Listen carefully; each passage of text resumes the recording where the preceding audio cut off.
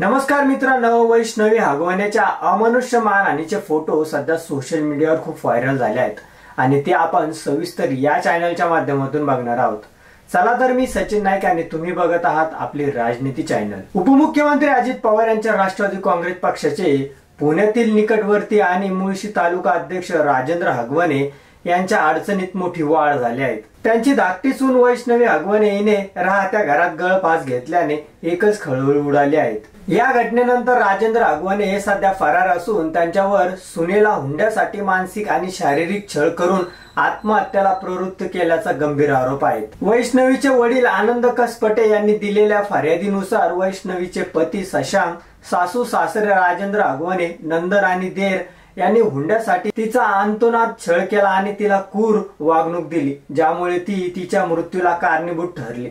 वैष्णवीच्या मृतदेहावर मारहाणीचे वर्ण आढळून आल्याने कुटुंबाने एक आत्महत्या नसून हत्या असल्याचा संशय व्यक्त केला आहे। या प्रकरणात सध्या हुंडाबळी आणि मृत्यूस कारणीभूत असल्याच्या कलमांतर्गत गुन्हा दाखल करण्यात आला आहे।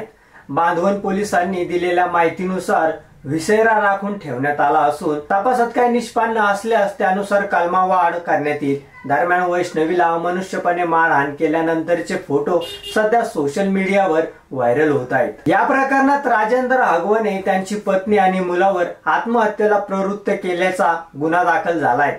विशेष म्हणजे राजेंद्र हगवणे हे गुन्हा दाखल झाल्यापासून फरार झाले आहेत। त्यांच्यावर धाकट्या सुनेचा हुंड्यासाठी अमनुष्य छळ केल्याचा आरोप आहे। वैष्णवीचा प्रेमविवाह झाला तेव्हा त्यावेळी त्यांच्या माहेरच्यांनी तिला 51 तोळे सोनं, फॉर्च्युनर गाडी आणि चांदीची भांडी दिली होती। तरीही सासरकडून जमीन खरेदीसाठी 2 कोटी रुपयांची मागणीचा तगादा लावला जात होता। पती शशांक हा तिच्या चारित्र्यावर संशय घेत होता असं आरोपामध्ये म्हटलं आहे। वैष्णवीच्या अंगावर असणाऱ्या जखमा, तिच्या पाठीवर आणि छातीवर जखमाचे फोटो आपल्याला दिसत आहेत।